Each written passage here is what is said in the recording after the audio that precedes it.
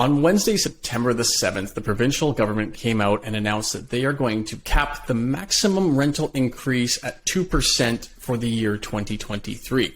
And while a lot of tenants and renters initially rejoiced, and of course, housing providers originally reeled in horror, we're going to take a little bit of a deep dive here and see what's actually going on and ask the question, does our government actually hate housing providers? Welcome back to the channel. My name is Ryan Dash. I'm joined by my business partner and co-host, Dan Wordle.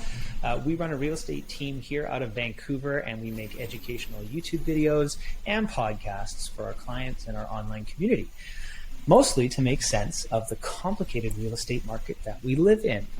And we would love it if you guys would give us a big thumbs up and hit that subscribe button, as it helps other awesome people like yourselves learn from the content we are producing each week.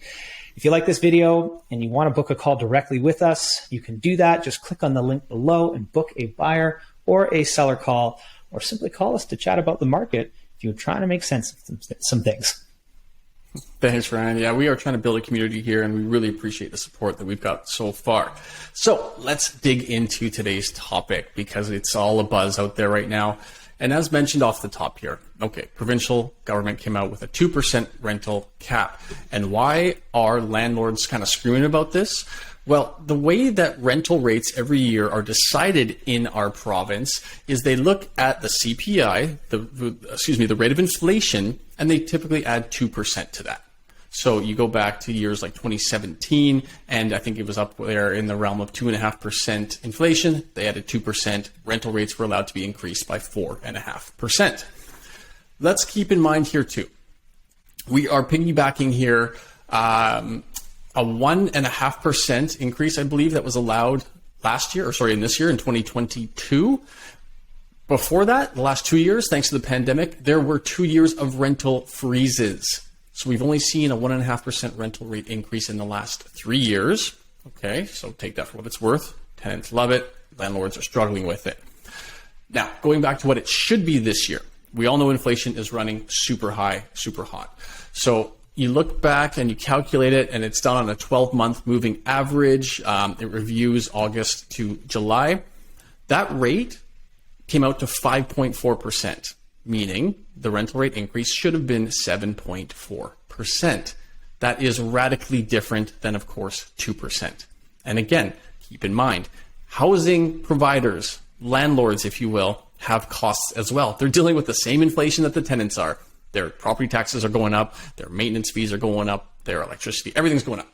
So why handcuff one side and support the other? And let's also keep in mind, this is coming off of a couple of years of rental subsidies, right? The government printed a lot of money and gave a lot of it to tenants to cover their rent. Again, landlords were happy they were getting rent, but in a rental freeze environment.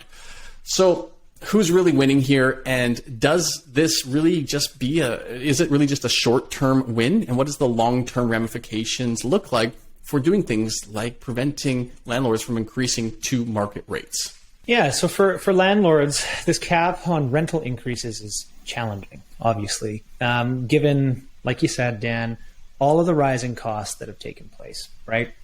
And ideally, I think on paper, you've got tenants who are, like you said, I think honestly speaking, they wanted more rental freezes, which would have been even harder to stomach had you been a landlord. But where I think this is really going to affect the marketplace is it's further reducing the appeal for people to rent out their properties. I mean, at the end of the day, the largest provider of rental housing are the small mom and pop landlords, the people who have basement suites, right? And if I can no longer service the cost of my home or my mortgage with a long-term renter, then I'm going to either find alternative means to provide income through my rental, which something like Airbnb, and in a basement suite, I can Airbnb so long as I have a authorized suite, and I pay my taxes accordingly. But in no way, shape, or form would I be putting that into a long-term rental when I can be capped for years, and when I have a real debt service cost that if we're looking at inflation at 7.6% and a real increase of 2% in the cap rate, that's a net negative loss of 5.6%. At which point I'm going to look to recover those costs because I need to.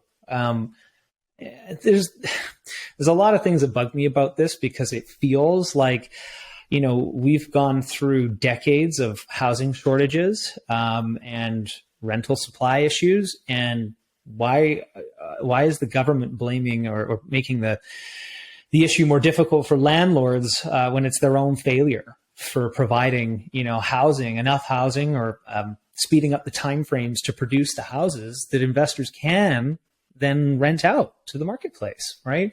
So it's really unfair, and unfortunately, it's causing greater divide than it is finding any kind of solution here. Exactly. And again, we are obviously pro-tenant and we're also pro-landlord. We're not taking sides here. We're just kind of explaining what may happen long-term here. Because again, if you take any business, and look, I own a whole bunch of rental properties in Western Canada, and they are operated as businesses.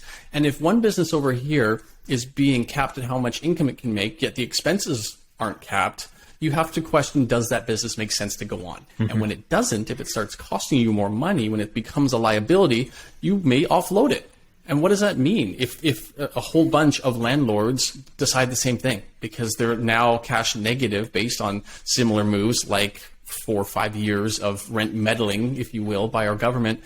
They're going to question it. And yes, they may put that property on the market for an end user. Again, it's inventory that we're talking about.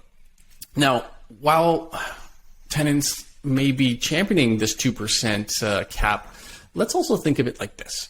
If you were a business owner and the provincial government said, hey, guess what? Next year, your business can only make a 2% increase in revenue.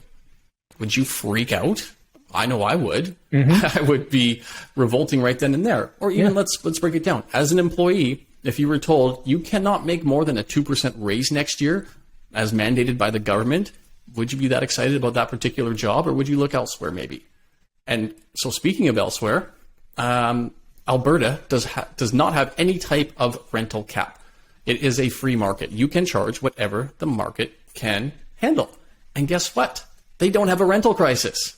And it's not like it's a barren province. There's 85% of the population that we have here in BC, in Alberta, and they don't have a rental crisis. Say what you want about their winters. This is just an example of saying where there's no rental cap, there's no rental crisis. Again, it's not apples to apples, but there's just a bit of something to look at. And here we go again with mandates. You know what this is going to also make rental housing providers do, Ryan? They're going to find ways to circumvent these restrictions, like rent evictions. They're going to find ways to They're going to find ways to maximize rent by doing things like rent evictions. And no, we're not pro those. But again, you're almost forcing the hand of someone who's being like, look, I can't afford to keep this rental property active unless I get market rent. Mm-hmm. And so either I sell it off or I find a way to actually be a housing provider longer. Our government finds a way to mandate 400,000 plus permanent residents per year, but they can't mandate something like housing for 400,000 people. It's all a bit hypocritical. Yeah, the hypocritical sense of it, in my opinion, is like, let's take a developer, for example, and we know many of them who are building market rent. That's what they do. They build rental housing, right? And so the government is providing an incentive in one side of the equation to say, hey, look, we need more purpose-built rental homes, and we need you, the developer, to build them. And the developer goes, great, I'll charge market rent for them. And they go, no, we're going to actually cap what you can charge for what we need. And so as somebody who runs a business and somebody who's capital minded, I look at that and go, well, as a business person, why would I invest here? Why would I build here? You want me to build what you need, but then you're going to cap my opportunity. I'm going to go to a place like Alberta, or I'm going to go to a different market, probably somewhere in the States, where I can do that, where I'm not going to be restricted by that. We're going to lose inventory as a result of these decisions. And that's what people it's like the second, third, fourth order consequence, not the first one. The first one is people feel like they're going to save some money, but then the long-term effect of that is negative, because the providers are going to go to other markets, and those other markets are going to grow, where ours is going to continuously shrink, because we can't even get developers then to build market rents. So, it's a very short, near-term knee-jerk reaction, in my opinion, and solves nothing but create further problems and division that we have to deal with in the years to come. Must be an election year or something, because we're out there looking for short-term votes. And again, this is a very complex issue, and we're not coming up with a solution here, but we are opening up a dialogue, and we would really love to hear more of your thoughts as a renter, as a landlord. How are you experiencing it out there? As someone who may be looking to invest in real estate, or maybe offload some BC real estate and buy elsewhere. I've got a whole bunch of clients who are doing just that. They want out of BC and they want into a freer market like Alberta, where, let's be honest, prices are a little bit more attainable and rents are market. And there are some really good opportunities there. So please reach out to us. We'd love to talk about your situation and how we can help. So as always, thanks for watching. Thanks for listening. Have a great day.